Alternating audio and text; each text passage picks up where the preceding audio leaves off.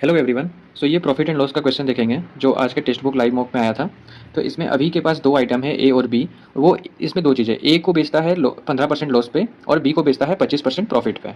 ठीक है, तो ही हैज़ नो लॉस और प्रॉफिट, तो उसे कोई भी लॉस और प्रॉफिट नहीं होता है। तो इसका मतलब क्या है, ए को बेचने पर जितना भी लॉस हो रहा है उतना ही प्रॉफिट उसको बी पे बेचने पे हो रहा होगा। तो हम लोग नेट निकाल लेंगे। नेट कैसे निकालेंगे कि सपोज कर लेंगे कि ए का सी पी ए ही है और बी का सी पी बी ही है। ठीक है, तो लॉस कितना होगा 15%, मतलब -3/20 ए, इतना ही लॉस होगा ए को बेचने पर। और बी को बेचने पर कितना प्रॉफिट होगा 25%, दैट इज 1/4 बी। ठीक है, अब ये लॉस हुआ ये प्रॉफिट हुआ, ये होगा इक्वल।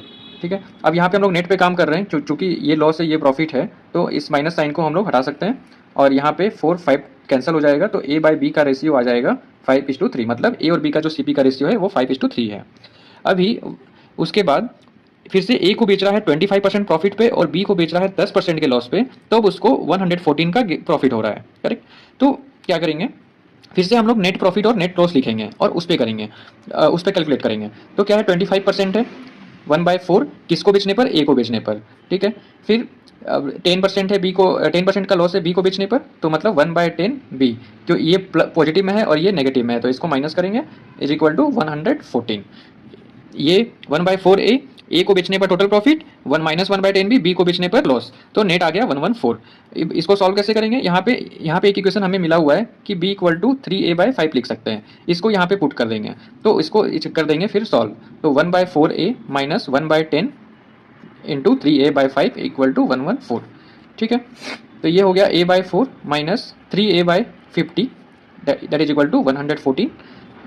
यहाँ पे लिखेंगे 100, एलसीएम लिए 100, आ गया 25a माइनस यहाँ पे आ गया 6a is equal to 114, 19a is equal to 114 into 100, ये गया 6 टाइम्स में, तो a का वैल्यू आ गया 600।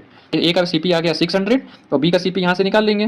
तो b का सीपी कितना आ जाएगा 3/5 इंटू 600, दैट इज 360। तो दोनों का हमें सीपी मिल गया। अभी क्वेश्चन में पूछा क्या है कि difference between selling price of A and be in the first case. तो पहले वाले केस में जो सेलिंग प्राइस क्या होगा ये बताना है।